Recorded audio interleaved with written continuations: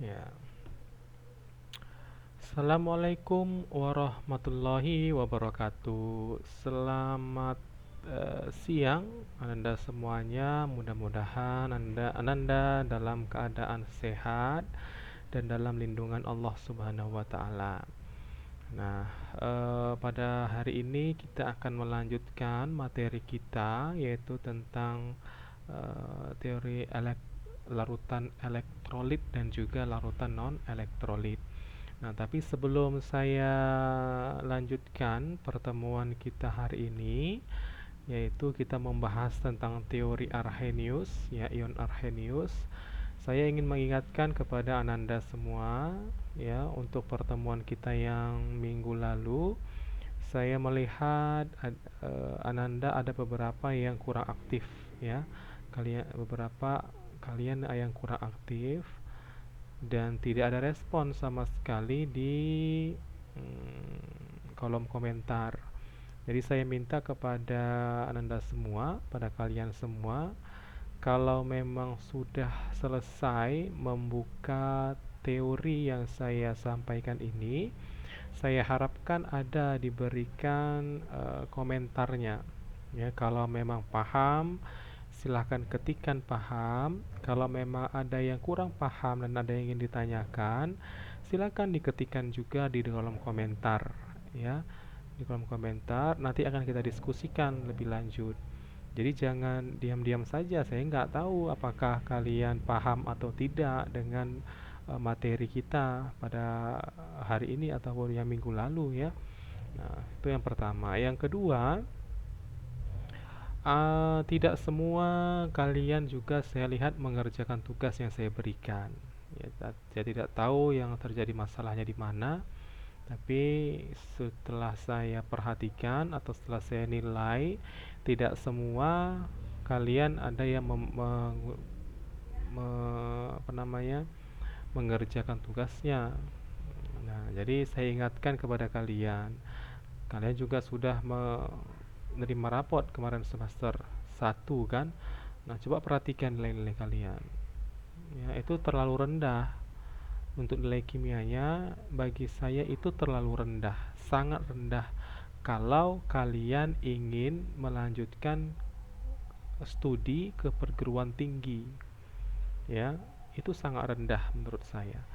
Tapi bagaimana lagi saya mau memberikan nilai sementara kaliannya tidak aktif, bahkan berkomentar saja tidak. Jadi saya bagaimana caranya untuk menambah nilai kalian. Kalau kalian aktif minimal mengatakan paham saja, jadi saya bisa menandai ya ternyata si ini aktif orangnya, baik dia di classroom ataupun di oh, WA kan begitu. Kalau masalah yang ingin ditanya atau tidak ditanya itu tergantung. Kalau memang nggak paham kan bisa ditanyakan. Kalau memang paham ya alhamdulillah kan begitu. Itu tidak menjadi patokan. Tapi kalau misalnya kalian aktif dan memberikan komentar atau mengetikkan kata paham Pak atau bagaimana gitu.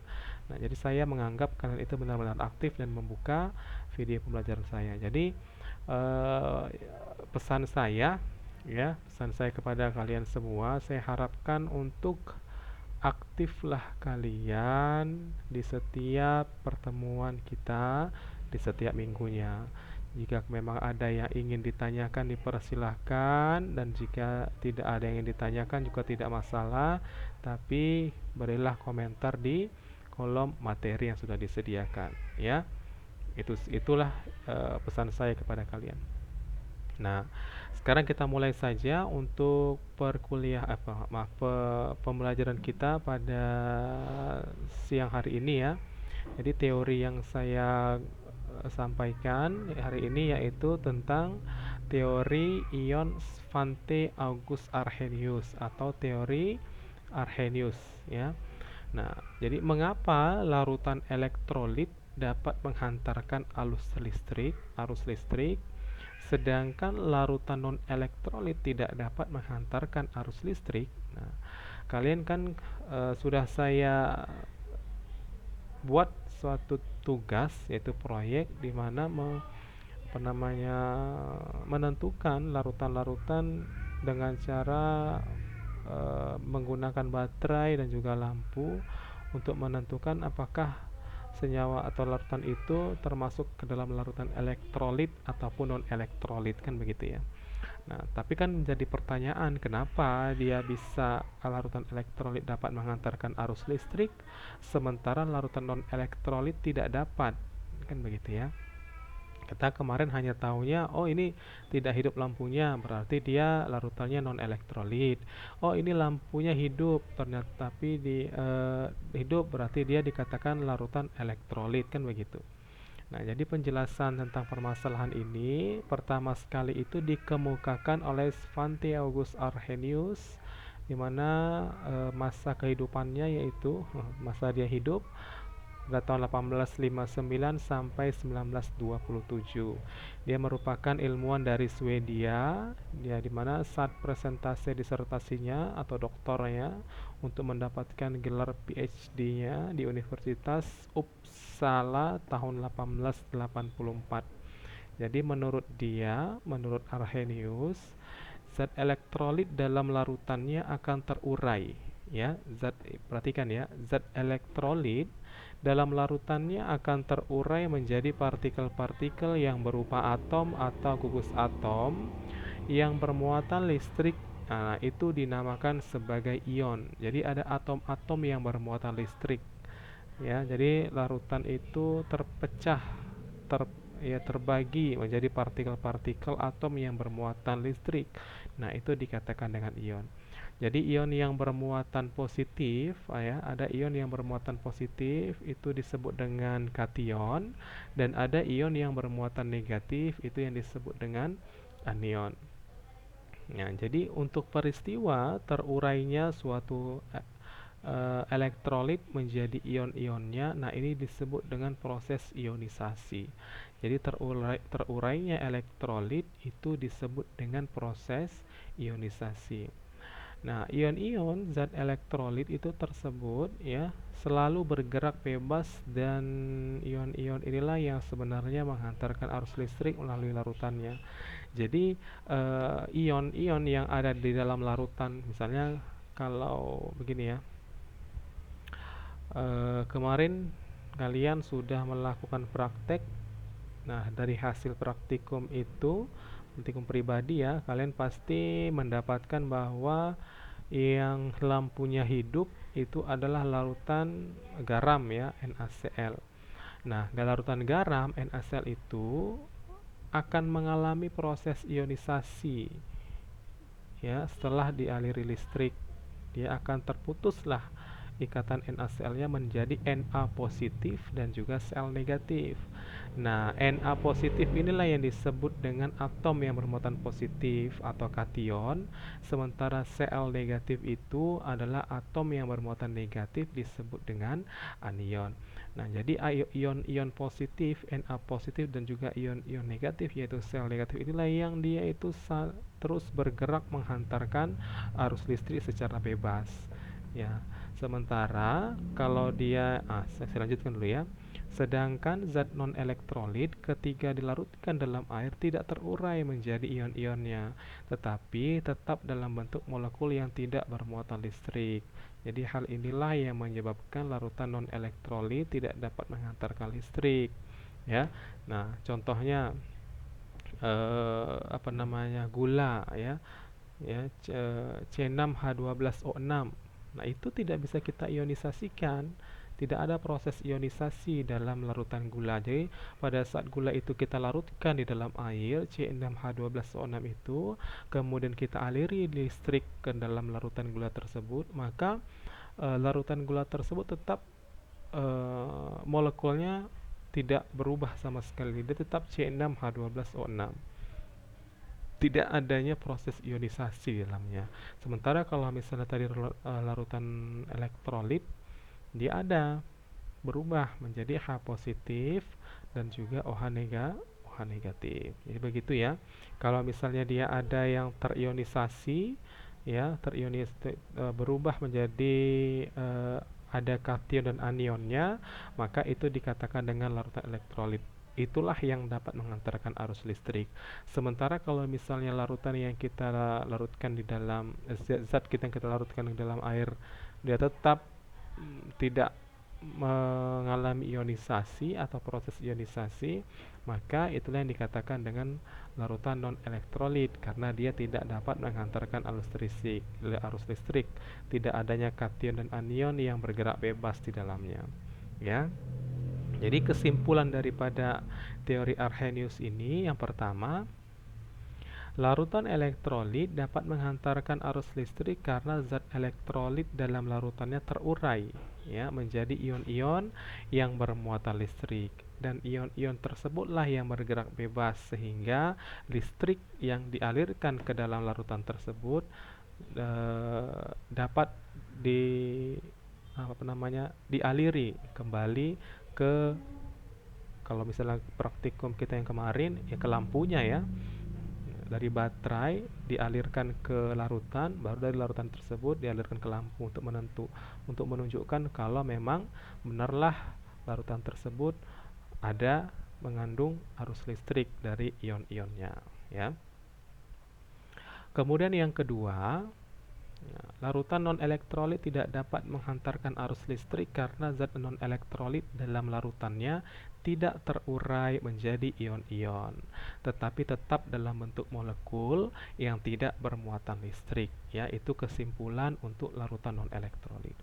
Jadi, untuk pengertiannya dapat kita katakan bahwa zat elektrolit itu adalah zat yang dalam bentuk larutannya dapat menghantarkan arus listrik karena telah terionisasi menjadi ion-ion yang bermuatan listrik. Sementara zat non-elektrolit itu adalah zat yang di dalam bentuk larutannya tidak dapat menghantarkan arus listrik karena tidak terionisasi menjadi ion-ionnya, tetapi tetap dalam bentuk molekulnya sendiri.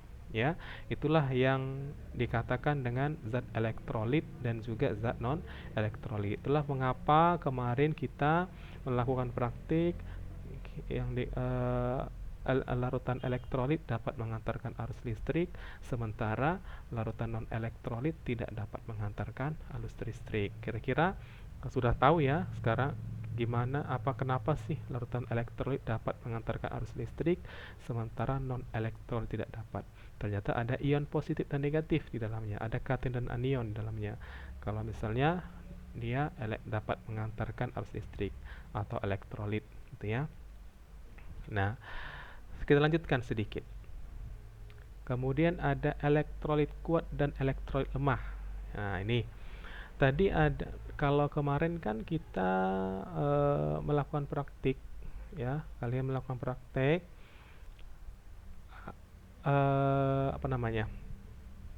dengan indikatornya ada dua ya kan.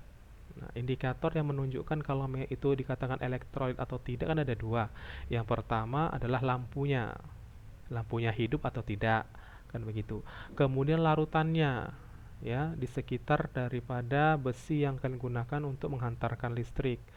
Nah, apakah di sekitar besinya itu ada seperti gelembung-gelembung ya kan, seperti soda ya kan, soda minuman yang ada gelembung-gelembung kecil atau tidak. Nah, itulah yang kita di sini bahas tentang elektrolit kuat dan juga elektrolit lemah. Ingat ya, tadi kita sudah tahu yang dikatakan dengan elektrolit dan juga non elektrolit. Nah, sekarang elektrolit itu dibagi menjadi dua, yaitu elektrolit kuat dan juga elektrolit lemah. Jadi berdasarkan kekuatan dan kelemahannya terhadap daya hantar listriknya, larutan elektrolit dapat dikelompokkan menjadi dua. Ya, yang pertama larutan elektrolit kuat dan yang kedua larutan elektrolit lemah. Untuk larutan elektrolit kuat yaitu adalah larutan elektrolit yang mengalami ionisasi secara sempurna. Ya, mengalami ionisasi secara sempurna. Nah, indikator pengamatannya seperti yang sudah kita lakukan praktikum sebelumnya, yaitu lampu menyala dengan terang. Ya, itu satu. Yang kedua, timbul dia gelembung gasnya pada elektroda atau besi yang kita gunakan sebagai penghantar listriknya. Ya. Kalau kalian menggunakan besi biasa, mungkin gelembungnya itu tidak terlalu banyak ya. Tapi kalau misalnya kalian menggunakan elektroda, elektroda di sini yaitu isi daripada baterai, misalnya baterai yang kecil ya, baterai jam dinding. Kalian buka, kan ada hitam-hitam karbon ya, yang panjang dia. Nah, kalau itu yang kalian gunakan, mungkin akan kalian dapatkanlah apa namanya, gelembung itu agak sedikit lebih banyak dibandingkan kalian misalnya menggunakan besi yang biasa. Jadi kalau bagi kalian yang kemarin melakukan praktikum hanya dengan menggunakan besi biasa atau paku ya, mungkin tidak kelihatan atau tidak muncul ya gelembung udara, gelembung-gelembungnya, itu bukan bermasalah dengan hasil praktikum kalian, tidak, tapi itu dipengaruhi oleh elektroda yang kalian gunakan atau alat ya, atau logam yang kalian gunakan sebagai indikator pengamatan. Kalau misalnya kalian gunakan besi, mungkin tidak terlalu terlihat, dia ada tapi tidak terlalu terlihat. Nah, tapi kalau misalnya tadinya kalian menggunakan eh, batang karbon yang kalian ambil dari isi baterai, mungkin kalian akan melihat jelas ada gelembung dia, ya.